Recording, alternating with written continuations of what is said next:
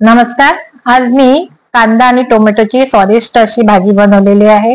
घरात भाजी नसली तर काय करायचं हा विचार असतो गृहिणींना, तर मी त्यासाठी ही रेसिपी अपलोड केलेली आहे, तर ती तुम्ही न स्किप करता पूर्ण पहा। तर मी काय काय साहित्य घेतलेले आहे ते पाहूया।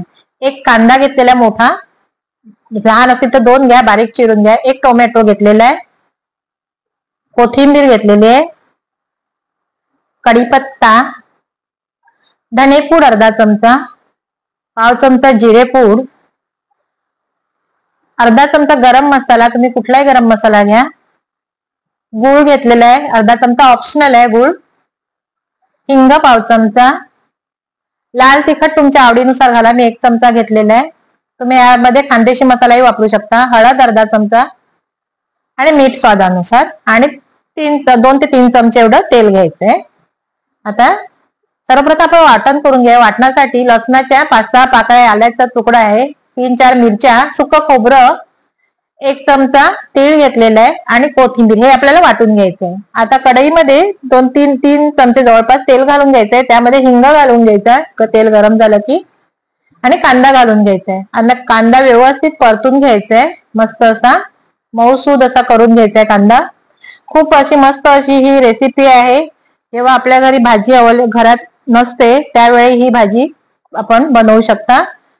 मीठ घालून घ्यायचंय, कढीपत्ता घालायचाय, गूळ घालायचंय आणि मिक्स करून घ्यायचंय। आता धणे, सगळे मसाले घालून घ्यायचे, धनेपूड, जिरेपूड घालायचंय,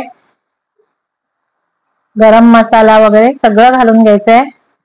मस्त अगदी टेस्टी अशी रुचकर अशी ही भाजी लागते। जेव्हा आपल्या घरी काही भाज्या नसतात घरात त्यावेळी ही भाजी तुम्ही बनवू शकता। आता हे वाटण बनवलेलं आहे ते घालते, आणि वाटण आपल्याला व्यवस्थित तेल सुटेपर्यंत परतून घ्यायचंय, कारण खोबरं आपण कच्चं घेतलेलं आहे, म्हणून आपल्याला हे व्यवस्थित परतून घ्यायचंय। एकदम स्वादिष्ट अशी भाजी ही तयार होईल। आता बघा, मस्त असं आता हे परतून घ्यायचंय, अशा प्रकारे तेल सुटेपर्यंत असं फिरवत राहायचंय।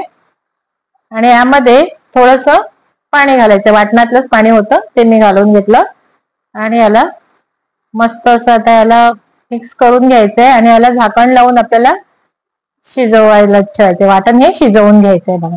आता यामध्ये टोमॅटो घालून घ्यायचे। आता टोमॅटो आपल्याला जास्त शिजवायचे नाही, आपल्याला टोमॅटोची भाजी बनवायची, म्हणून त्याला टोमॅटो अख्खीच राहिली पाहिजे, म्हणून आता थोडस याला झाकण लावून टोमॅटो थोडीशी मऊसूद करून घ्यायची बघा, अशा प्रकारे। आणि मस्त आता ही आपली कांदा आणि टोमॅटोची मस्त ग्रेव्ही वाली भाजी तयार आहे। यावर आता आपण कोथिंबीर घालून घ्यायची आहे, आणि याला आता सर्विंग बाउल मध्ये काढून घ्यायची आहे। ही चपाती बरोबर, भातासोबत, ज्वारीची भाकरी, नाचणी भाकरी, कुठलीही भाकरी, तांदळाची वगैरे, आणि सगळ्यासोबत मस्त अशी ही टेस्टी, अगदी हॉटेल सारखी ही भाजी लागते। आयत्या वेळी ही सुचलेली ही भाजी आहे। अशा पद्धतीने तुम्हीही बनवा, आणि माझ्या चॅनलवर नवीन असतील तर चॅनलला लाईक करा, शेअर करा, सबस्क्राईब करा, आणि असेच माझे नवनवीन आणि अशी सोप्या सोप्या रेसिपी येत आहेत तेही पाहायला विसरू नका, आणि बेल आयकॉन ही दाबायला विसरू नका। व्हिडिओ पाहिल्याबद्दल धन्यवाद। मस्त खा आणि मस्त राहा।